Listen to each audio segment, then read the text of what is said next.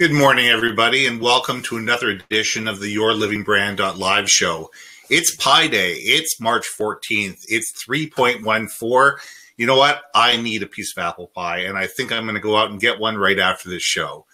Welcome to the show. My name is Ben Baker, and my company, Monday to Friday, 9 to 5, is Your Brand Marketing. What do? We consult, we provide workshops, and we speak on brand, message, market, vision, and value. Now, what does that mean?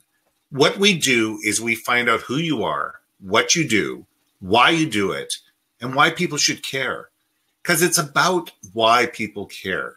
When people understand what makes you unique, what makes you different, what makes you valuable, they're definitely going to do business with you.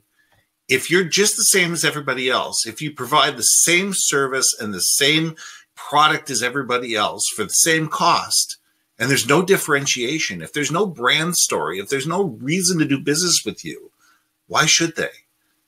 And you know what? That's what this show is about.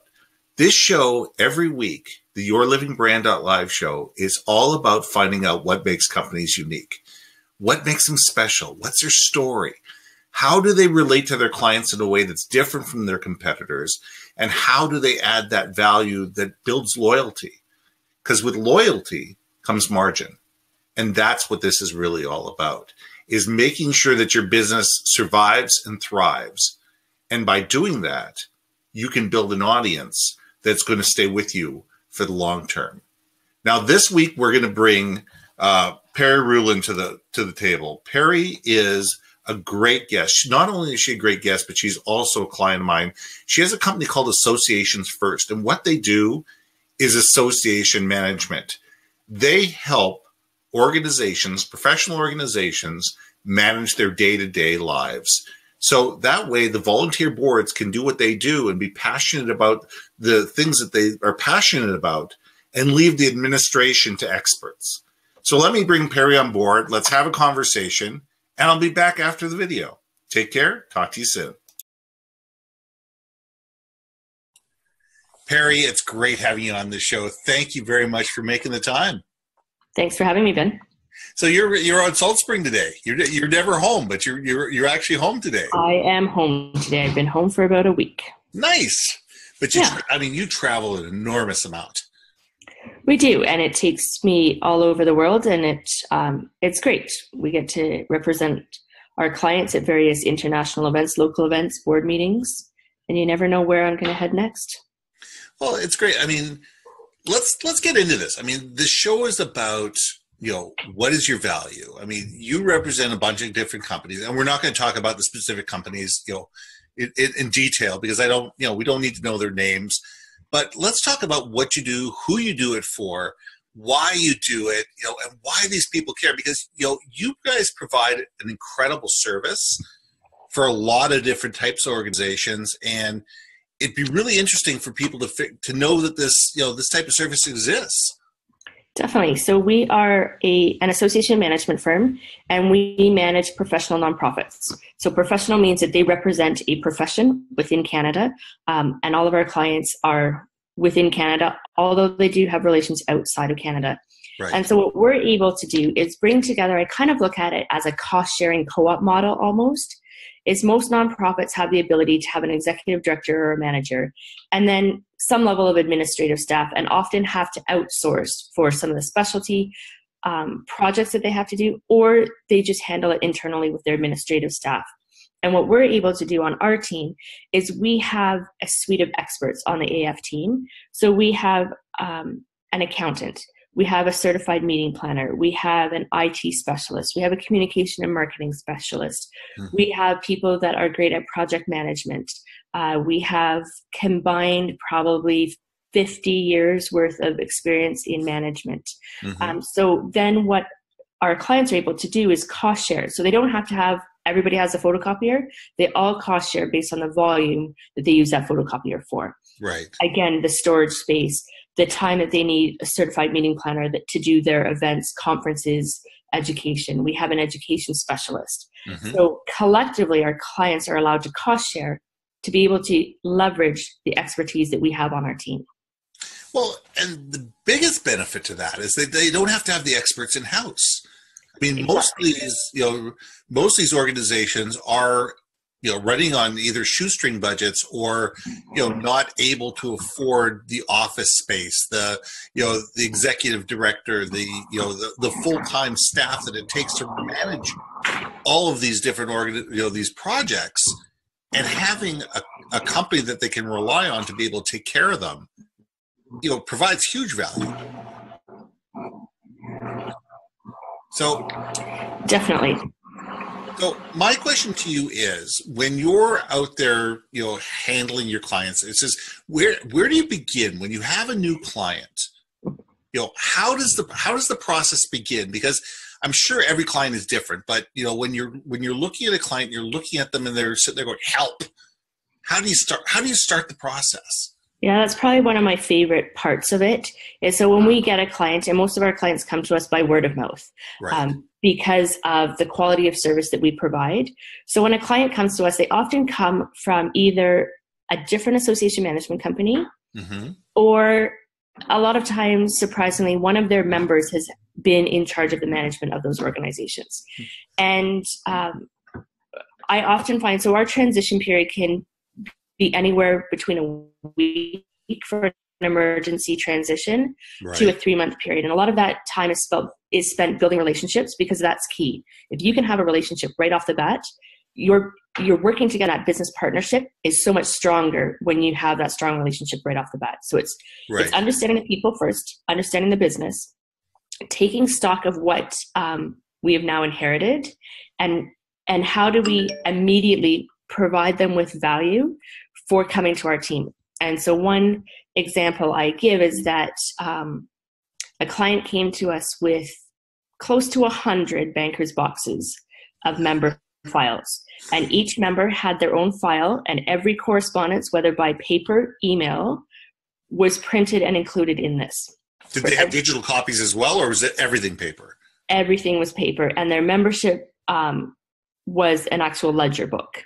Wow. And so instantly, we're able to transition them into an electronic online association in the cloud, but still with the bricks and mortar in downtown Toronto. Sure. So that's probably my most gratifying, is looking at, here's everything that you came to us with, and instantly, here's how we can improve your processes right off the bat. So it's systemizing. I mean, what you give a lot of these organizations is the ability to systemize. And a lot of that's got to come out with a great, amount of trust. Definitely. And it's a change in process. And a lot of people don't like change. Mm-hmm. But when they put their trust in us and allow us to make that change for them, it just makes their everyday better. Right.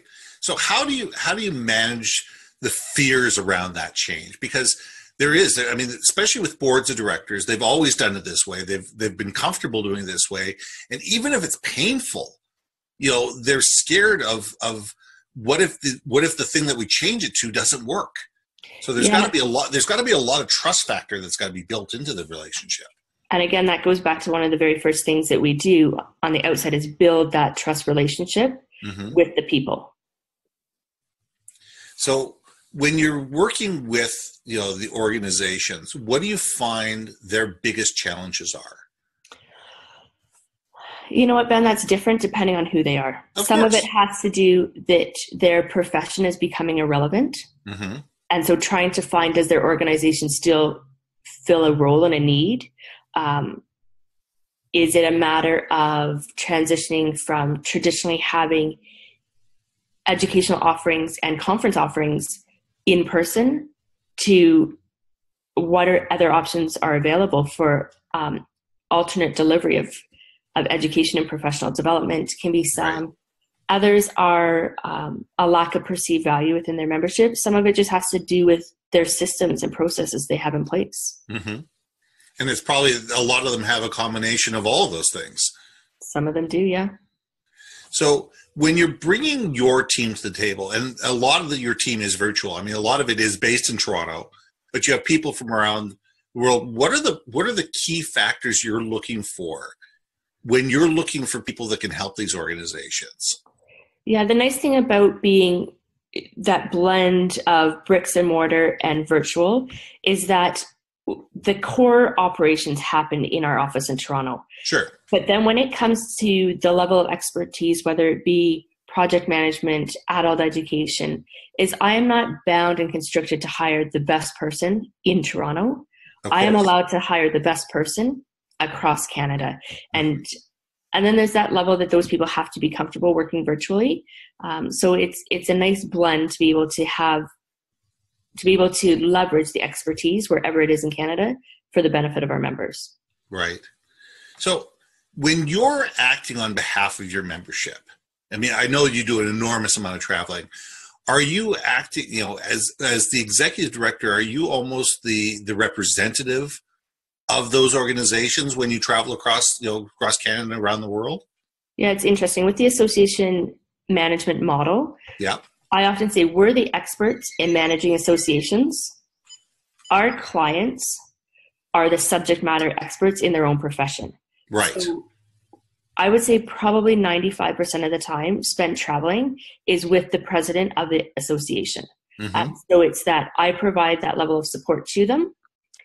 And of course, and that consistency, because where presidents change every year or 2 years, I'm the constant. So be able to bring them up to speed, make those connections for those new incoming presidents, and then establish them in those relationships. Yeah, because that's going to be those transitions between an old president and a new president can be challenging.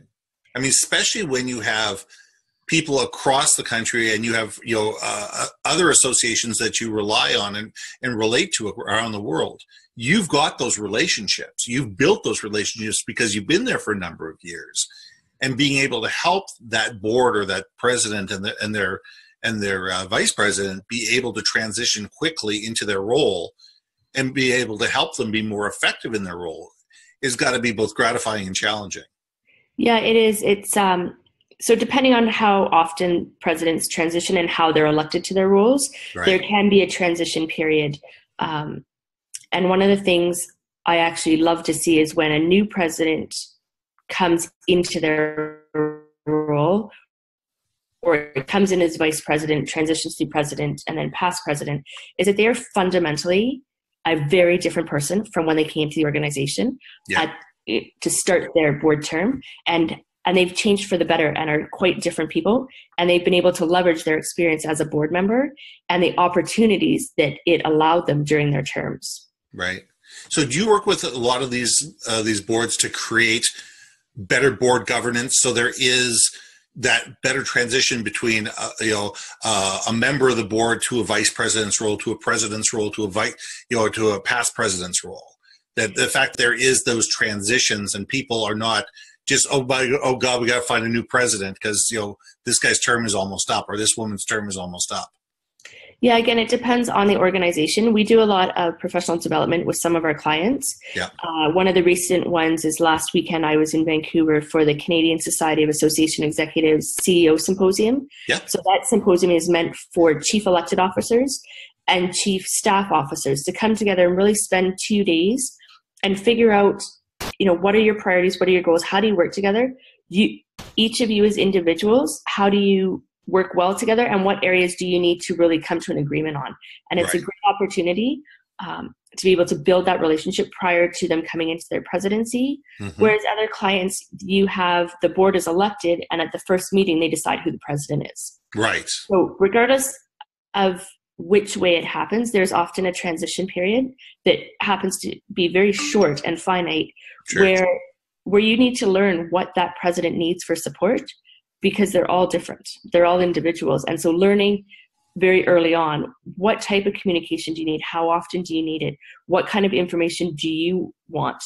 Some presidents require very little. Some require, a greater chunk to be able to make those decisions. So it's finding out what each president needs to be able to make them successful in their roles. So a lot of listening. A lot of listening. A lot of listening, and a lot of understanding that just because it worked this way in the past doesn't mean it's going to work this way in the future. Definitely. And it's also, again, that level of trust and understanding that we come from the association management perspective.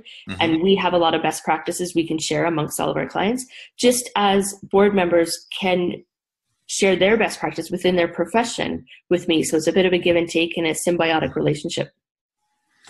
Now, what would be, in your mind, the biggest challenges of associations moving forward? Because, as you said, you mentioned things like membership. Membership, in a lot of these associations is dramatically dying, and I'm sure others are growing. But are there some trends that you're seeing in the industry? Yeah, I would say the two trends would be relevance. So are they relevant to their members? And it's in this very interesting time where you have some members that are leaving the profession and retiring, and you have people new to the profession coming into it. And what each of those different segments want are very, very different. So the traditional committee role where you serve for a 2-year term, that appeals to people that are more senior in their career, where the younger generation come in, they're very task-based. They want to come in, they want to do a project, get their hands dirty, and have something to hold and show for their efforts at the end of the day, and then move on to something else. So it's trying to find, one, what each segment values and make sure you provide them with that information so you remain relevant. But it's also providing opportunities within the organization to meet the needs of those that just want to serve, which is a very traditional viewpoint, to those who want to come in very task-oriented and leave again and pop back into the organization when they're ready to do their next task. Right. So are you finding that you're going to get smaller boards and larger committees or more committees? Boards are tending over the last decade to get much smaller. So you no longer have boards of 90 people, although there's some that still exist. 90? Turning it more down to the 8 to 10 number. Okay. And really moving away. So having those board committees, so finance, audit, education, but then having below that more task forces. Right. Okay. So you'd have the board, you'd have committees, and then you'd have some task forces that people were tasked in very specific projects within the committee itself. Exactly. Okay. So that lets that younger generation have that sense of quick in, quick out, do something, have something to actually show for it, and feel that they're still involved. Yep, definitely. And that appeals to a lot of people, not just absolutely. It appeals to me. It's just a different way to look at member engagement. Right. And that's got to be a thing that you need to spend a lot of time coaching, I guess, to be able to get boards to realize that, because boards have done this way for the last 40 or 50 years, doesn't mean that that's what they have to be moving forward. No, there's still a role for those committees, but then you can also get further engagement from other members by allowing them to come in, be part of that volunteer piece of the organization, do some of these smaller projects, and then often you see that engagement level grows with the number of projects they're involved in, to now you have somebody that is in a position to perhaps serve on the board in the future. Gotcha. So here's the question for you. What are the telltale signs of an organization or association management or association that they would sit there and look and say, maybe we need to look at an association management firm? What are the type of things that would be tapping them on the shoulder and say, maybe there's a better way for us to be running our organization? Yeah, that's a good question. A lot of times, so in America, association management is big business. In Canada, It's not quite as well known. So a lot of the time it comes by word of mouth that somebody serves on multiple boards, maybe 2 boards, one being managed by an AMC, the other is managed by, the board is responsible for hiring the executive directors, staff, etc. So it's just a different way of looking at it. Often, and it's interesting because organizations may come to us, we grow them, but then they get to a certain size that they can support themselves with their own infrastructure and don't need an association management company. So it's kind of like you raise them and then you let them go off on their own. Exactly. So a lot of times they're in administrative trouble. Right. Sometimes financial trouble, their membership's struggling. And so somebody usually around the board table says, has anybody looked at the AMC model?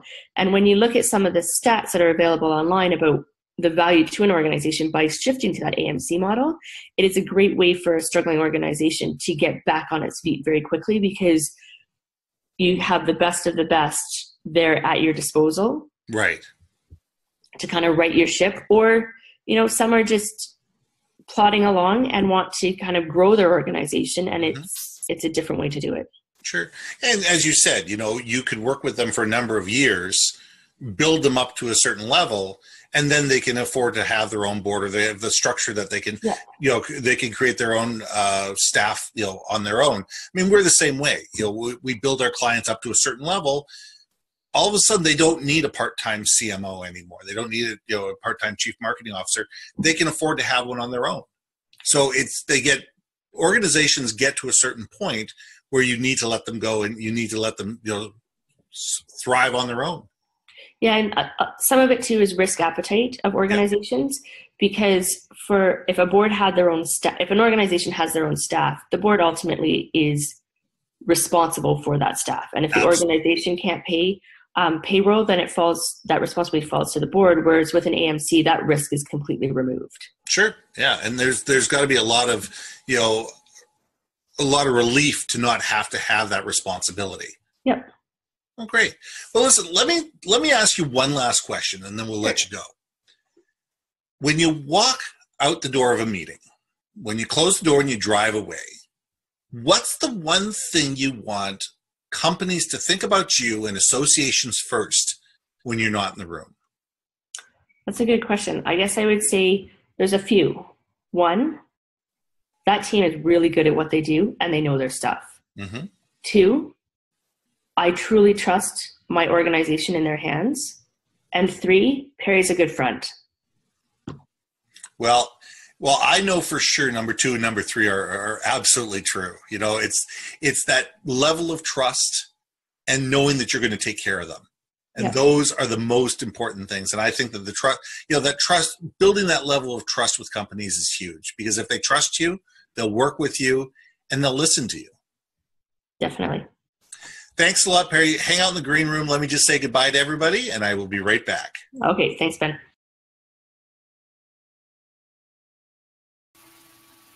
So I hope you found that conversation valuable.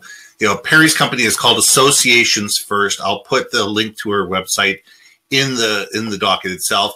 But you know what? It's important to understand, as any organization, it's about trust. It's about listening.